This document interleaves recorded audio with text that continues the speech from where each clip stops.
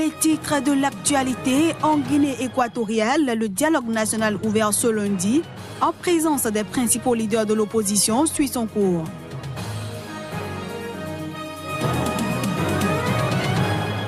Dans son discours devant le Parlement ce jeudi, le président congolais Joseph Kabila s'est à nouveau engagé à respecter la Constitution, mais sans dire un mot sur son avenir politique. Et puis, fin des spéculations, la star brésilienne Neymar a annoncé ce jeudi qu'il restera bien au Paris Saint-Germain, le club champion de France, la saison prochaine.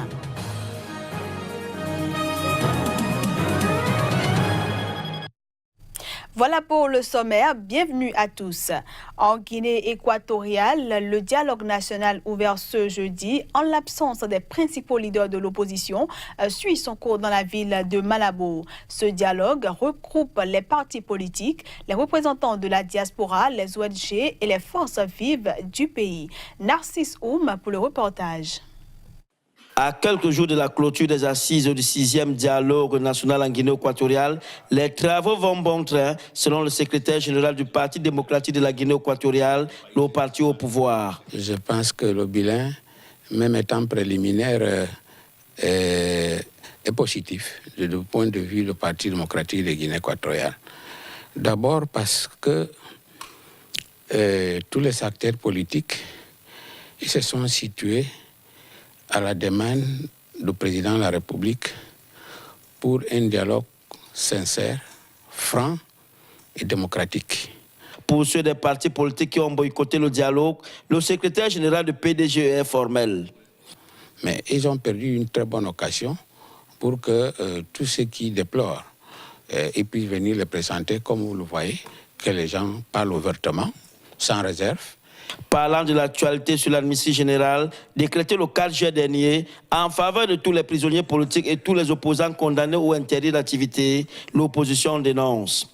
Aucun prisonnier politique a été libéré après l'amnistie.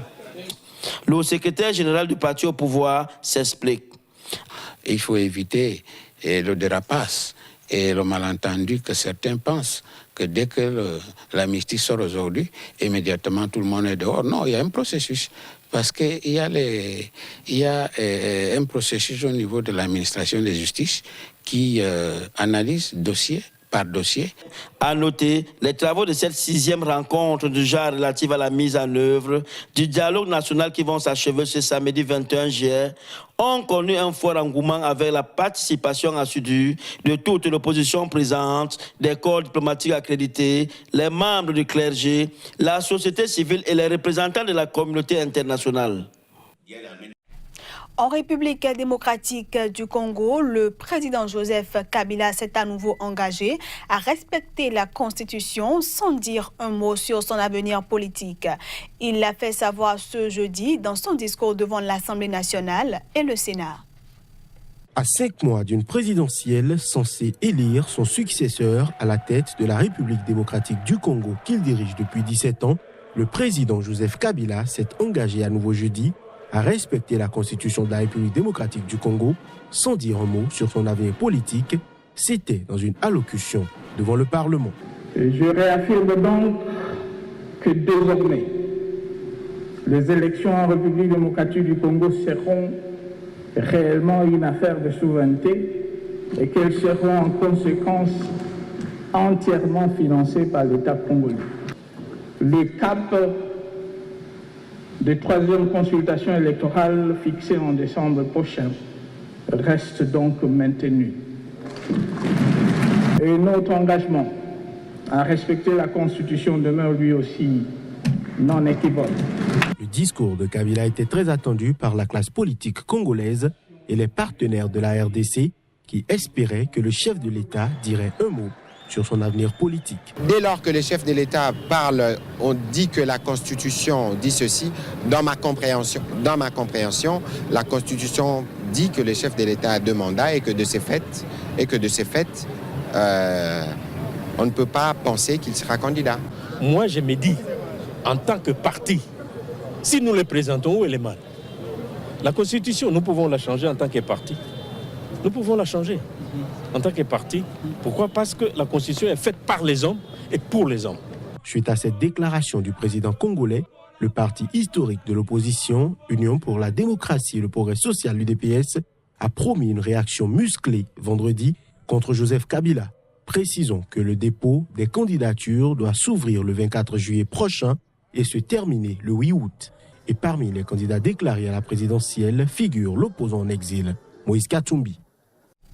Allons à présent en Centrafrique où les autorités et la communauté internationale ont lancé la campagne de communication Talent des adolescents et des jeunes.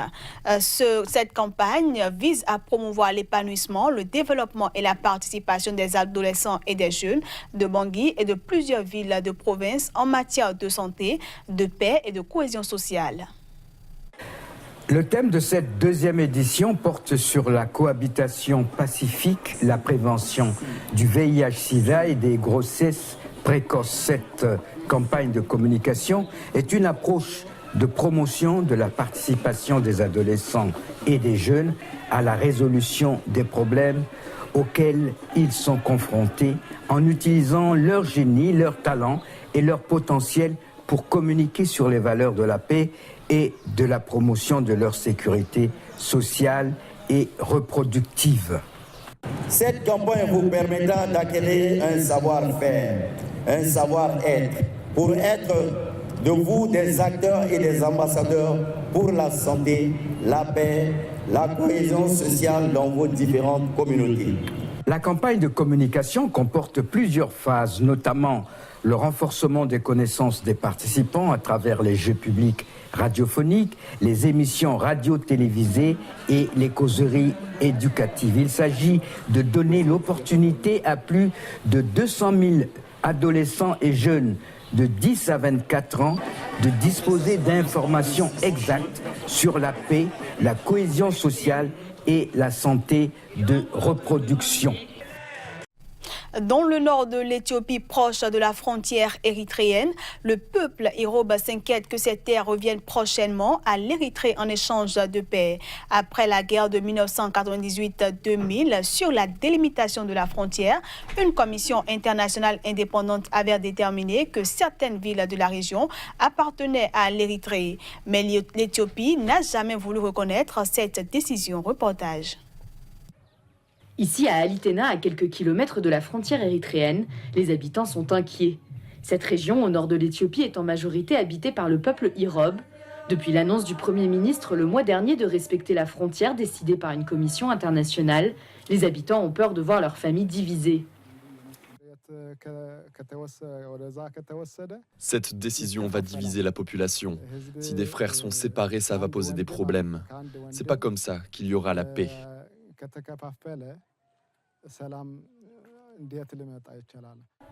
Les signaux en faveur de la paix entre les deux pays ont été accueillis avec enthousiasme dans la capitale Addis Abeba. Mais ici, en territoire irobe, rare bastion du catholicisme éthiopien, on craint de nouveaux conflits avec les Érythréens. Nous voulons la paix, mais nous pensons que ça peut se faire sans donner des terres. Ça devrait être comme avant, quand les frontières n'étaient pas source de conflits. Pour l'heure, aucune terre n'a encore changé de main. Pour certains irobes, la paix est aussi signe d'opportunité. En ouvrant les routes entre les deux pays, le commerce pourrait être relancé. Pour d'autres, ce serait une occasion rare de retrouver des membres de leur famille disparus pendant les conflits.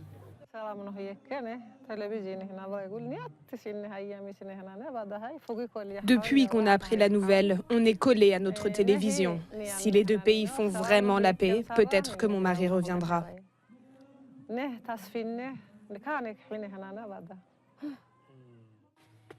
Son mari, accusé d'avoir donné de la nourriture aux Éthiopiens pendant la guerre, avait été arrêté par les Érythréens et n'a plus jamais donné signe de vie. L'espoir renaît dans cette frontière oubliée. Nichés au sommet des montagnes du Lesotho, les skieurs et snowboarders du monde entier se côtoient dans l'une des principales stations de ski d'Afrique qui espère s'imposer comme une destination de sport d'hiver alternative de premier lieu. Non, ce n'est pas une petite station des Alpes à la mi-saison. Nous sommes ici au sommet des montagnes du Lesotho. À 3222 mètres d'altitude se trouve Afriski, la principale station de ski d'Afrique subsaharienne. Un tout petit domaine skiable, très isolé, qui attire touristes et jeunes sportifs en quête de rêve olympique. Nos clients européens et américains qui descendent ici, ils viennent généralement parce que c'est une destination unique. Ils ne viennent pas ici parce que c'est 1 kilomètre de ski, ils ne viennent pas ici parce qu'ils s'attendent à des montagnes massives, ils viennent ici parce qu'ils se disent « c'est génial, du ski en Afrique ». Cette bande blanche d'1 kilomètre constitue la principale piste d'Afriski, idéale pour les débutants, mais pas que. Connor Wilson est un skieur professionnel sud-africain. Il a participé aux Jeux Olympiques de 2018 à Pyeongchang, en Corée du Sud. Il s'entraîne ici quelques semaines chaque année. Afriski m'a été d'une grande aide dans mon entraînement. Je ne pense pas que je serais allé aux Jeux Olympiques d'hiver sans eux. Bien sûr, en Afrique du Sud, nos stations ne sont pas aussi grandes que celles à l'étranger. Mais tenant compte du fait que nous sommes en Afrique, je pense qu'ils ont fait un travail extraordinaire. Pour une journée sur les pistes, il faut compter 50 € par adulte, forfait et équipement compris. Un luxe inaccessible pour les habitants du Lesotho, où le salaire moyen est d'un peu plus de 90 € par mois. Tabang Moubari, lui, est un privilégié. Ce jeune garçon skie ici depuis l'âge de 3 ans, grâce à son père, Ernest, employé de la station. Je rêve qu'un jour il puisse être comme Connor Wilson, car il s'entraîne parfois avec lui. Il lui apprend à skier très bien. Alors peut-être qu'un jour il deviendra un grand champion de ski. Mais quelles que soient les traces que Tabang suivra, tous ici rêvent d'une participation du Lesotho aux Jeux Olympiques d'hiver. Et puis, la star brésilienne Neymar a annoncé ce jeudi qu'il restera bien au Paris Saint-Germain la saison prochaine. Ce faisant, il met ainsi un terme aux spéculations sur son éventuel départ. Lors d'une vente aux enchères au profit de sa fondation qui vient en aide aux enfants de quartiers difficiles, la star brésilienne Neymar a annoncé ce jeudi à des journalistes qu'il restera bien au Paris Saint-Germain la saison prochaine. Je reste à Paris. J'ai un contrat à Paris. Les spéculations, je pense que la plupart des médias, c'est ce qu'ils font. J'ai un contrat, ils ne connaissent pas l'objectif. Pourquoi j'ai été à Paris? Je veux triompher avec ce club, je veux vaincre et j'espère que cette saison sera une excellente saison. Avec cette annonce, le capitaine de la Seleção semble clore définitivement le sujet. Son transfert de Barcelone au Paris Saint-Germain en août 2017 pour 222 millions d'euros a fait du capitaine de la sélection brésilienne le joueur le plus cher de l'histoire du football. Et c'est la fin de cette édition que je vous remercie d'avoir suivi.